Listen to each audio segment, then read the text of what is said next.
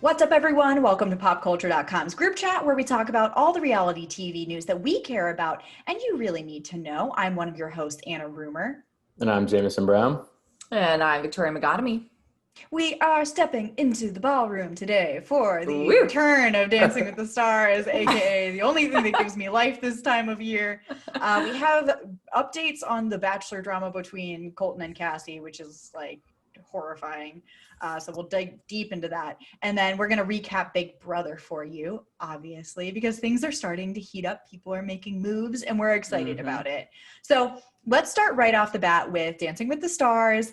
It came back Monday. And right off the bat, I just want to address, this is Tyra Banks' first show ever hosting Dancing with the Stars after Tom Bergeron and Erin Andrews were let go in July. And I thought she did a good job. You know, I had faith that Tyra was going to do well just simply because she has been in television for so long and she's got such a vivacious personality. And yeah, I hated to see the negativity on social media, but I think she did a great job. I mean, there's a lot of new things that we're working with, plus she's filling the shoes. And I think people were not pleased with the way that Tom, especially Tom, was let go. But Tom and Erin together. But I think, you know what? She made the best of it. She did a great job. I think people need to learn that they can balance the two things. Like, I too miss Tom and Erin, but they're not here anymore. So I'm not going to be salty and let that be something that really like pisses me off for the rest of the season. I'm going to go in with an open mind. And I think Tyra was really charming. She like lost an earring at one point and handled that in a really funny way where she's like, whatever, I'll wear it as a brooch. Doesn't matter. Carol Baskin couldn't hear her at one point, and there was this really funny, iconic moment where she was like, "Oh, did you bring your tiger fierceness to the stage?" No? All right. And then just moved on. Like, I don't know. Yeah. She does have that background in TV, so I guess we shouldn't be surprised, but I'm glad it was a good vehicle for her. I think people are just so critical because they're still very salty about the whole Tom. I mean, you got to think this whole Tom and Erin news only broke, a few weeks ago. So it's still very fresh in everyone's minds. And I think had they been let go in a different fashion, I think people would have been a little bit more open-minded. I don't think it has anything to do with Tyra, honestly. I think anyone who was coming into that was going to be heavily criticized. So I don't think, and I think Tyra understands that. She's not taking it personally. I hope not. But it seems like Tyra takes anything personally. Yeah, she's kind of like, listen, I've been there, done that. Like I've been a staple in the modeling world and you know, in television. And so anyone was bound to fail. And I say like that in a sense of like fail in everyone's eyes coming into, you know, Dancing with the Stars after Tom and Erin. But I think people are going to just like forget about it and they'll be fine and they'll love her. Well, the crazy thing is, so, you know, everyone's like, new host, I hate change. I can't handle it in my life. They were like that, but the season ratings came in and the premiere had the highest ratings in 4 seasons. So clearly people were tuning in, whether it was to hate watch or to regular watch. It doesn't matter for the network. Can we just say, though, because we talked about this a couple of weeks ago, I think Carol Baskin may have had a little bit to do with that. Oh, yeah. Well, definitely. I think people just want to see Carol Baskin. Everyone that I'm talking to is like, Carol Baskin. Probably added on to that was that commercial space. Let's talk about that, because that was the most surreal moment of pop culture as of late when Carol Baskin's late husband, Don Lewis's family, ran an ad asking for information in his disappearance during Dancing with the Stars. And if you haven't watched Tiger King, they think that she killed him. So, I mean, points to that lawyer because, man, that got a lot of attention. And I think it deserved a lot of attention. That's why. I think she handled it pretty well, too. If you listen to the interviews that she does, I feel like Carol handles that's.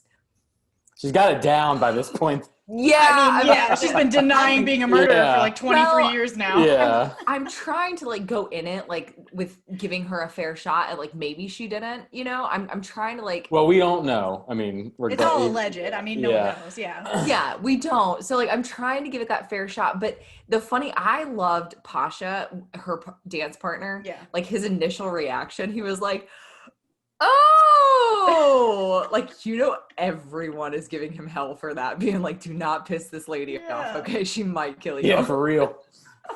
Yeah, that would be the most bizarre situation to be put in as like a professional ballroom dancer. Yeah. Well, I'm gonna get really close to this alleged potential murderer over the next however long. So let's make it a good experience for everyone. And you know how Dancing with the Stars, they're always so very like close, they're always holding hands, they're always like hugging on each other. It's like, I'm very interested to see how their dynamic is going to work out, if they're going to get close like that, or if he's still just going to be like, with his arms lightly around her, like, I don't want to hug her. I did notice this yesterday, and I am like 99% sure it's not shade, but it's funny, so I'll say it. I'm sure it's just an oversight, but if you go to his Twitter bio, he still has his last season team name in there instead of his current season team name. Now, it's just the premiere and it's his Twitter bio. I don't even know what mine says anymore, but it made me laugh. I was like, well... Wait, hold on, I didn't understand this. He still has his what? So they get team names every season. He still has last season's team name in there as opposed to this season's. Oh. I mean, I'm sure it's just an oversight, but it made me laugh. Yeah, but I feel like, you've got people behind the scenes that are making sure that these people are on top of stuff like that for promotional purposes, but who knows? I missed it. It's probably kind of weird for her to walk in being like, everyone here thinks I'm a murderer. And let's just assume maybe she didn't do it. Like, that would suck if people thought you murdered someone and you really didn't. But then if she did, then you're just walking in being like, well, everyone kind of knows. So well, I mean, I guess it's a good reason for a socially distanced season. You're not really running into too many people. But let's talk about that. So it is, well, okay, one last critique of Carol before we move on from that. First of all, she got the low score of the night with 11 out of 30 for her Paso Doble to Eye of the Tiger. So on the nose. Mm-hmm. But her costume was truly insane. It looked like it came out of a Halloween store. And I was like, when they showed it, I was like, that's not the real thing, right? That's her clothes. And then everyone else coming out with these beautiful costumes and hers was whack. Okay. But moving on to the social distancing aspect of the season. Another reason people probably tuned in, because like, it's going to be kind of weird. They have the judges sitting far apart, but the way they move the camera, you don't really see Tyra standing far apart from everyone, which the only time that came into play was when Carol couldn't hear her. But I thought that it was going to be weirder not having the audience there, but they played audience noises and I kind of forgot they weren't there. I was about to say, this ties into my pop culture pick of the week. This is a very interesting topic, but go ahead. Okay, I loved Twitter. Twitter was going crazy like when it first started because it sounded, you bring up a great point. It sounded very normal. Like I did not, I actually spoke with Candace Cameron yesterday and who was on Dancing with the Stars a few years ago. And that we discussed that. We were like, it actually like felt semi-normal for it being the circumstances. But Twitter was hilarious that night because they were coming out with all these memes, all these videos of the person that was like in charge of like the audience laughter and the boos and stuff. And it was just, oh my God, Twitter had me literally up in heaps crying, tears of laughter. It was so funny. Whoever's in charge of that, kudos to you. I mean, it was just like the booing got me because I get the applause, but then they would be like, boo. I'm like, there's no one here. Who's booing? One guy is making that choice. He's like, well, I don't like that.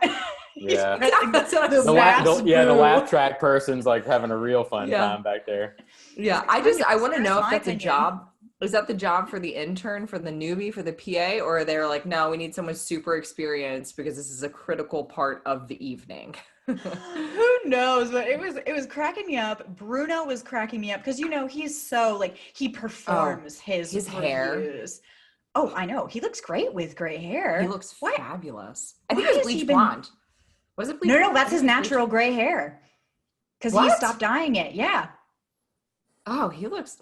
He normally dyes it black, but he looks great with the natural silver. I want him to keep that up. Mm-hmm. But I was cracking up because he performs his reviews and he was performing it to no one, but he was looking at the audience, quote unquote. And still doing it. And everyone was like, this is pure camp. Him just absolutely putting on a show and chewing up the scenery for no one. So I loved it. I forgot that the people weren't there. And the one thing I did think was funny is like a quintessential part of Dancing with the Stars is sometimes you can't hear people because the audience is cheering so loudly. And they even replicated that I know. They made it feel somewhat normal. And you know what? The other day, I know we hit on Carol Baskin quite a bit, but the other dancers, I mean, really, really brought it. You know, I wanted a little bit more from Nelly because I love Nelly, but AJ did great. Sky, oh my God, wonderful. Oh, I know. She's a queen. Johnny, you know, so we're going to have a good season, I think. So just going through my top couple teams, top 3 I'll go through. Number 1, I love AJ and Cheryl. They did a jive to Blinding Lights and they got an 18 out of 30. I love them. He seems like a sweetheart. I am team NSYNC and I want that to be public knowledge, but there's no one from NSYNC on this season, so I can root for him. Yeah. I also loving Vernon Davis and Peta. I did not know that this man existed ahead of the show, but he is very good. They did a foxtrot to All of Me, got a 17 out of 30, and I thought he did a really good job for being an athlete, because sometimes the athletes don't do so hot. Cough, Charles Oakley. I mean, it's Charles. And then I also loved Justina Machado and Sasha. They got 21 out of 30 for our respect. I think they did what did they do, a tango? I forget. But I think that we have a really good season on our hands. Yeah. And I think, but you know what? I like that they're doing something that I like that we can all go into this feeling as if it was a little bit normal. I think that like, as we head into the winter seasons, especially for people that are going to have to like really huddle in their house now because of cold weather coming, I think with these shows providing some sense of normalcy, it's going to make all of us kind of like tone down all the heat from everything else going on right now with politics and coronavirus and, you know, all the crazy madness happening. So I was very pleased with it. Just gonna stave off my seasonal effectiveness disorder with the sunlight and some Dancing with the Stars, guys. Exactly. It's fine. There's one more note I wanted to make about Dancing with the Stars before we move on. What did you guys think of Derek Huff? Because I thought he did great as a judge. I love that he had the nerve to do the Savage song. Oh my gosh. I'm so glad you brought that up because I wanted to bring that up. Derek Huff is amazing. I'm a huge fan of him. I think he's going to be great as a judge. I love his sister as well. I love that he did the Savage song to Carol. I thought Carol was going to be mad about it, but in her interviews afterwards, she handled it very well. Well, I mean, what's he gonna do on the spot? For people who don't know, it's a TikTok sound where it's like Carol Baskin killed her husband, whacked him. You can't convince me it didn't happen. And he did the beginning of it. So if you know what the sound is, and I'm sure she does, he did it right to her face, and that was very funny. But I thought he did a good job. You know, he wasn't my favorite pro when he was on the show. But I mean, I didn't dislike him. He just wasn't my favorite. So whenever he returned, I was like, well, we'll see how he does. But he was giving good critiques. He was getting to the point, which is good. He seems nice. He wasn't being a jerk about it. You know, I'm looking forward to seeing what he has more. And we got a little appearance from Glenn. We did. I do miss Len because he's in the UK right now because of coronavirus. But he looks great. I loved he'll be stopping in throughout the season. I did have a tiny, tiny conspiracy theory, one that doesn't even warrant it, but when I was watching, I was like, this is my initial thought. When he zoomed in or whatever, and it was Tyra being like, Len, can you hear me? And he's like, I can hear you, Tyra. That whole thing was so scripted. He recorded that way ahead of time, and they put in the can you hear me at the beginning so people wouldn't know it was scripted, because there's no way he's staying up over in the UK, and the entire thing seemed pre-filmed. So that doesn't matter. That's what I would do too. Ooh, we got a theory on our hands. I'm just watching it. I was like, I don't believe that this is happening in this moment. Yeah. So, you know, whatever. It could be something else going on. We could be on standby. Who knows?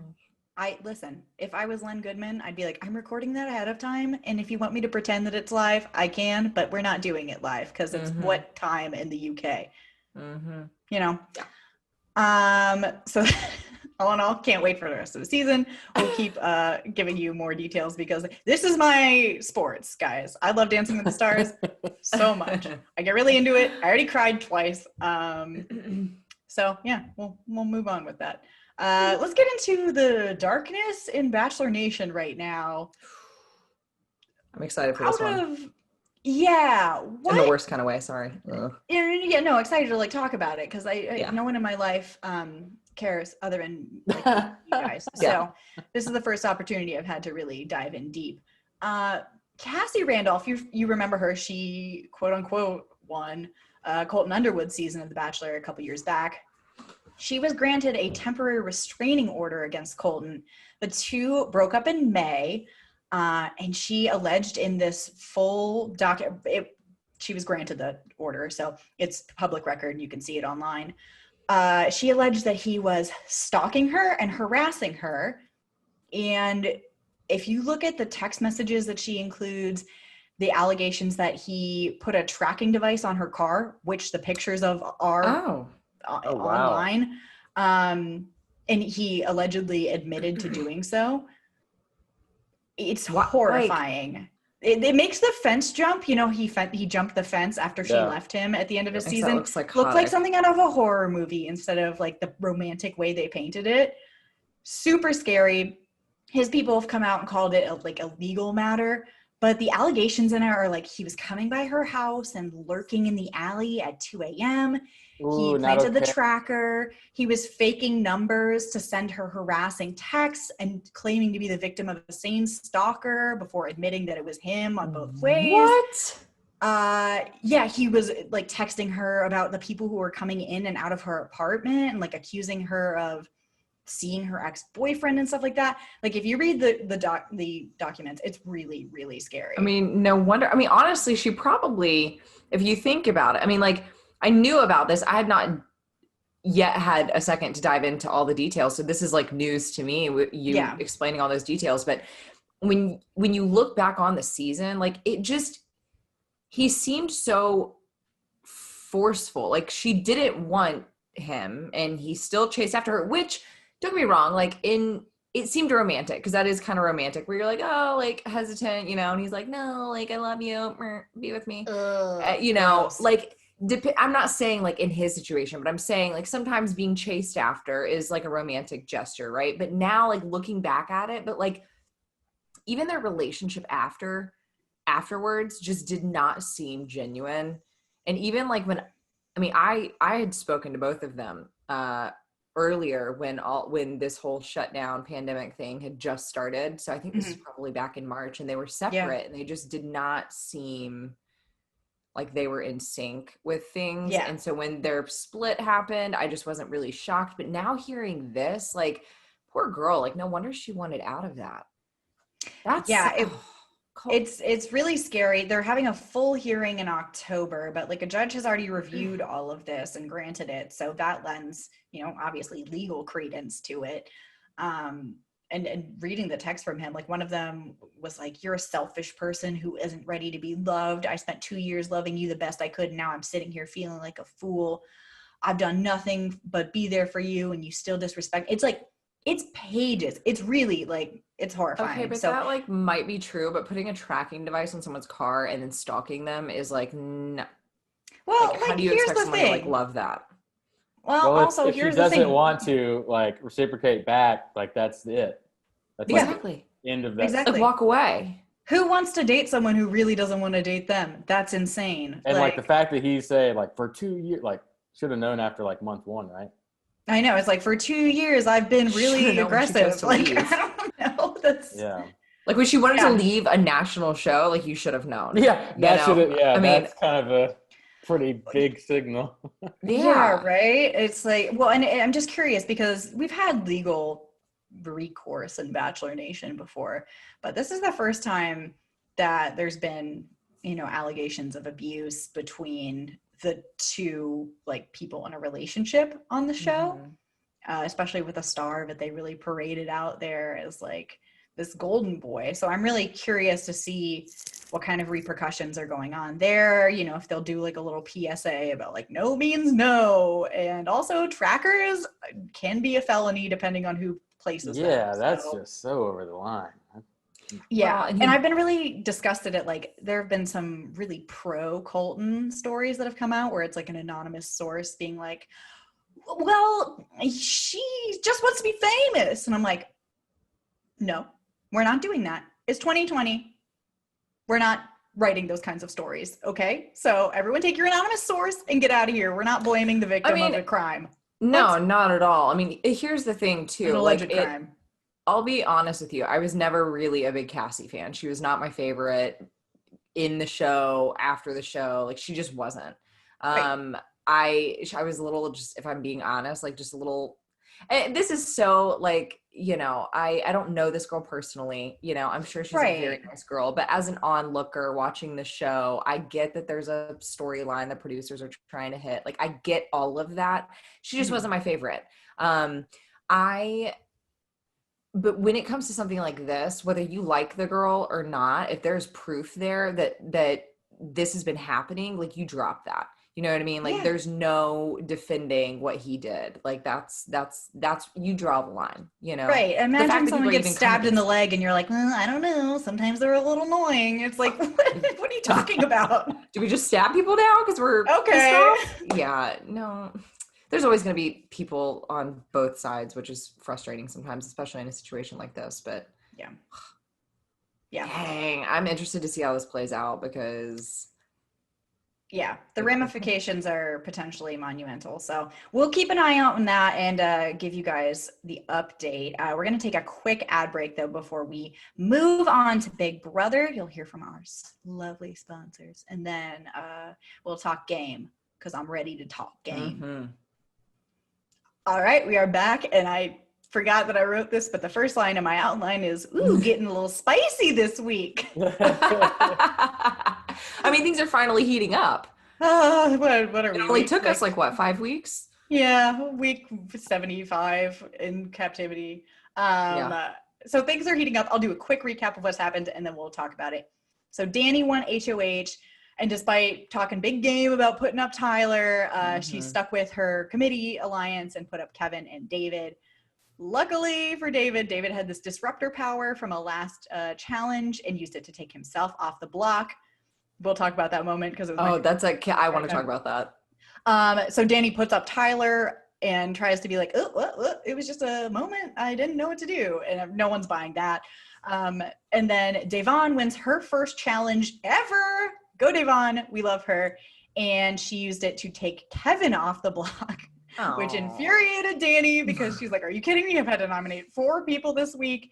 And she put up Ian is saying she's going after Tyler, but that's not true. So let's talk about some of the high points this week. Let's go into David. We talk about David. Power. Okay. The fact that David, I loved, first off, when he started like crying and they go to his confessional and then he like comes in with a smile, but then like afterwards he like goes around thinking he's got like this slick plan put together of like, did you save me? Oh, you didn't save me. Did you save me? And everyone's like, bro, we're not buying this. Like, you saved yourself. Like, why are you even trying at this point? This guy, listen, I love him. I went from hating him because he had no idea what he was doing to absolutely loving him because he is fumbling his way to the top, and I love it. I mean, that is true, but I'm just, he's starting to annoy me. Oh no, he's like, I've got this. No one's gonna know it's me. And then he goes up to Cody. He's like, who do you think took me off the block? And Cody goes, he's really trying to play at the all-star level. Like, every single person he talked to was like, you did it. He's like, me? Yeah. no one else would do that, David. It's you. God. That was very funny. I laughed hard at that. I was so happy that Devon finally won a challenge because I love her so much, but the girlfriend cannot win at anything. So she wanted the challenge. That was very funny. You had to stack these little micro beer cans that were like half an inch tall, maybe, with tweezers. And Tyler almost won, which would have been really funny. But he had like all but 3 stacked. He goes, I'm just going to take a deep breath and relax myself. And he took a deep breath. And on the exhale, he blew his entire stack over. It was so funny to watch. Everyone was like, oh no. But I love how he told Danny, though, that like, I won't be salty if you decide to put me up. After he offered to go up, because dude's been complaining that he wants to go home. And now he's like halfway trying to get back into the game.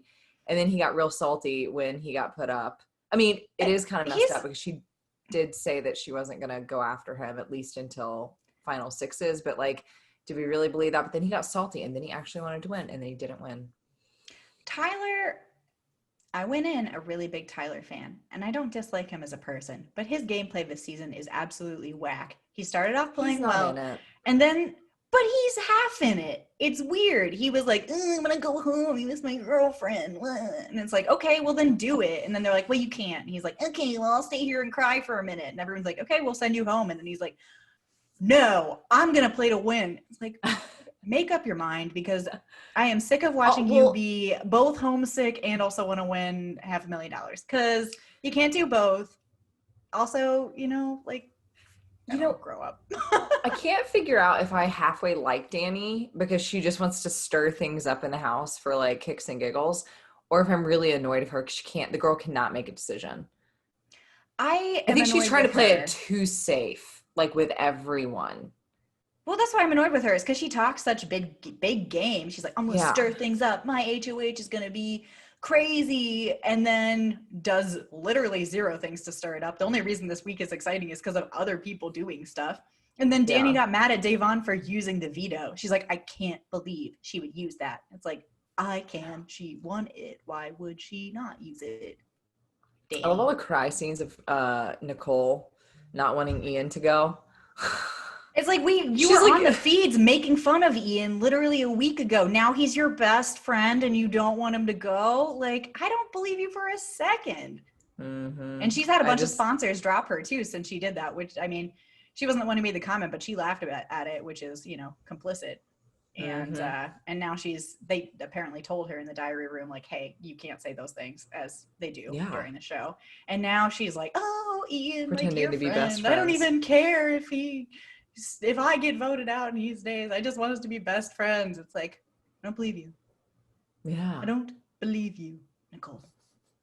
I love how we hated Memphis in like week 2, and now like Memphis has not been a plot in this story for the last couple of weeks. And that's why he is flying under. I mean, he's the one who made the gross comments about Ian, so like canceled. But he is playing a really good game right now because no one's really talking about him. And that's how you skate on by to the end, especially when everyone's being such a drama queen and like screaming and crying and getting drunk and being upset at each other. So, maybe he'll make it to the end. I am still rooting for Ian because he's my favorite, or David because that would be really funny because he's clearly never watched a season of Big Brother. You really did go from hating David to like, this is a transformation, Anna. I hated him because I thought he was going to get out like second and it was just going to be a waste of a spot. But the fact that he is playing such an inept, weird game, like everyone in the house knows that he's A, lying, or B, thinks he's just bizarre. And he's Davon straight up called him weird. She was like, stop, you're being weird. Like, listen, he is being weird. False. He is. He's being super weird. He's such an odd guy. Even his own Twitter account, like we said, was making fun of him and still is. So the fact that he's made it so far, despite the fact that he's playing a game unlike any game we've ever seen before, now I have flipped to respect, and now I kind of want him to win if my Ian doesn't win. So I don't know. Ian. Right? Well, and then the interesting thing that could happen this week with the vote, which is going to happen Thursday night, which is tonight, and so we don't know, and sorry, you'll listen to it on Friday. It could be a really interesting week because we could get a 4-4 vote depending on how Nicole votes, and then Danny would have to pick. And Danny has been, already like drenched in blood this HOH, having to pick 4 different people to go on the block. So if she has to go up, I feel like if she keeps complaining that she didn't want it, well, like you could have opted out and not won. Listen, she could have not won, but there was the whole. I get it. It was like down to her telling each other. Well, Danny was saying like telling Tyler to drop, like I've got you. That's what he says. But then when he did drop, I don't think he did so as part of a deal or anything like that. But when he did drop, she was like, Matt, you're going up on the block. And I was like, okay. I think Danny also showing her colors. I think a lot of people are starting to really speculate whether they can trust her. So I just feel like she's not playing a good game right now, at least for her sake. Well, she's always been a messy game player. That's why it's fun. But like, will it come back to bite her? Probably. I don't see her winning this at all, especially after this week. So no. That's fascinating. Starting to amp up. I'm a little bit more interested. I've been watching the live feeds again. I stopped for a little bit because I was like, no one's doing anything. But now it's very funny and it's getting interesting. So we'll watch Big Brother and let you know next week. And then let's go to our pop culture picks of the week and see what has been inspiring us this week. Doing a lot of voices today. I don't know what that is. I like it. Keeps us on our toes. Thank you. Yeah. It's all caffeine Keeps based. it interesting. Oh, I need some caffeine in my system. Here, I'll send it to you through the screen. Jameson, sorry, we've been just like bombarding you this entire time. No. I'm ready with pop culture pick of the week. Yes, Jameson, you said you had one that tied into our weird audience thing. It's kind of a weird one because the pick is, this has been really week one of a return of a lot of sports, specifically football, and it is Harry. Stop. Sorry, my dog is just like the cast. My dog have a Harry debut. Yeah. Well, he's asleep, and he is. Sometimes he snores and barks in his dreams. He's welcome to bark. We on support our podcast that. Okay. anytime. We're an animal lover. Yes. I did lock my babies up this time though, but oh no. I know, like the one time I'm like, I have him here on this podcast. He's like under the table, just like going crazy. So no, but back to the sports thing. It's so like with Dancing with the Stars, it's really weird. I want sports back all the way, but it is just a bizarre, just kind of across the board. Like there's no fans. It's, and it's a little bit, you can tell a little bit more with sports broadcasting than like with Dancing with the Stars. They did a good job with kind of making it seem real with Dancing with the Stars, but sports, you can, in my opinion, you can tell. And I agree. It's weird. It's a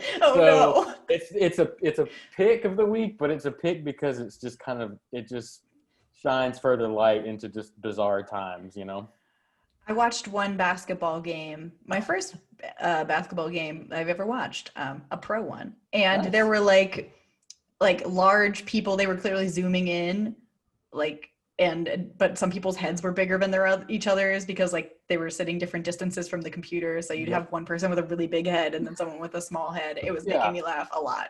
It's just, it's interesting. So yeah, I'll be ready for next year when all this mess is done and, could hopefully, get back to fully normal. So yes. Fingers crossed. Fingers on that crossed. one. Yes. Victoria, Fingers what's your crossed. pop culture pick?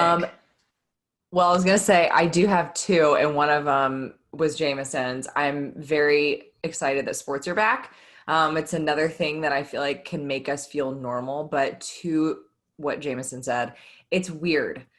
Football, you've got some people in the stands because they're still letting season ticket holders and a few fans go. I think season ticket holders get 2 games per year, at least this year. Some are like, they basically went to the big heavy hitter donors and like they're like, y'all get priority, and then everyone else is like, which I mean, at the end of the day, financially, I get from a business standpoint, but it just kind of sucks. Yeah, so football's semi-normal-ish. The NBA, I watched the NBA. I don't like that. I wish they would just fill the stands with like boxed images of people because they created this box, like this wall that like literally meets the edge of the court on all 4 sides, and it's very weird. It's and so weird. I don't like that. So if we feels very Black Mirror. It does, yes. Oh, yes. Yeah, it does. So, listen, first world problems. I'm not going to complain. Sports is back. We didn't even know if we'd get a season, so at least we have it. But my other pick is Paris Hilton's documentary. Yes. So I was supposed to watch the full thing last night. I ended up falling asleep. So I watched part of it. I have not watched the full thing, but I have to say, as soon as this came out, I was very interested. I love documentaries and I love behind the scenes stuff. I've always been very fascinated with like what really goes on behind the scenes. So I'm very intrigued to see this different side of Paris that is so different from what we have seen, what we've heard for so long. I'm really excited to hear her side of the story. So again, I have not made it very far in. I've made it probably about 30-ish minutes in, and it's an hour and 45 minutes. So I'm not super far, but I'm very intrigued to finish watching that. I'm gonna piggyback off that just for a second because I have long been a Paris Hilton stan. Actually, screw it. Yeah. This is my pop culture pick too. Sorry. Yes, girl. I have a lot to say. I'll give you the elevator pitch instead of my full opinion on it. As a Paris Hilton stan, she has always like literally for a decade now has been like, I was playing a character. I have been doing satire. That's not my real voice. If you listen to any interviews with her, she has a lower voice. She doesn't talk like that. She's like, I'm a nice, normal person. I'm smart. I was doing a satire. Like The Simple Life was supposed to be funny, and it was. She's like, yeah, that was just all we appreciated it that I was putting on. And for some reason, she hasn't been able to shake her like image from back in the day, her dumb image. And I'm just very glad that finally, publicly, I'm seeing like giant think pieces now being like, whoa, Paris Hilton is smart. Like, she's been saying that for years. No one's just been paying attention because she's not as relevant. She's actually very much a tomboy too, which I can appreciate because I grew up and still am a tomboy, so I can appreciate anyone that can dress up, but at heart, it just wants to wear basketball shorts and a t-shirt. Gender's a construct. Who cares what we wear? Like, let's just all go whatever and wear whatever clothes they're comfortable. But she gets very personal in this documentary. Yes, and she talks a lot about the abuse that she had when she was a child. Well, not a child, but like a teenager. She's still a child. Going to this boarding school that she was sent to by her mother. So there's a lot that goes into that too. We won't dive into all that, but I'll just piggyback off to my own piggyback. So it's a double piggyback, which sounds very unstable. Kathy Hilton is rumored to be possibly joining Real Housewives of Beverly Hills. Oh, wow. Oh, more of this. Really? So she's gonna be joining her. What is it? Her sister? Are they sisters? Yeah. Kyle Richards. Isn't Kyle Richards on that? Yeah. But I mean, we don't know if this is happening. It's a rumor. They say that people are joining all the time. They said that Kris Jenner was joining, and she's definitely not. So Kris Jenner is not going to join. No. So that will be interesting if she does. And we've gotten glimpses of Big Kathy, as they call her, on the show in the past, but this would be the first like feature. So I don't know. It'd be interesting. Interesting. Yes. Well, so, we'll keep. I'm going to finish up next week. I'm going to give you my full opinion next week when I watch the whole thing. Keep people coming back. We're teasing it, dangling the carrot. Yeah, to be continued. ... I like it. Okay, well, and this was the TBC then. Follow popculture.com. We've got everything, all your up-to-date news there. We're on Facebook. I'm at Anna Rumor on Twitter. I'm at Jamison G. Brown. And I'm at V. Megotomy. Drop us a rating and review. We read them and love them and hold them close to our hearts. I don't know, that's weird. And subscribe so you don't miss an episode. We'll talk to you next week for part 2 of Victoria's review on Paris Hilton. Whoop whoop.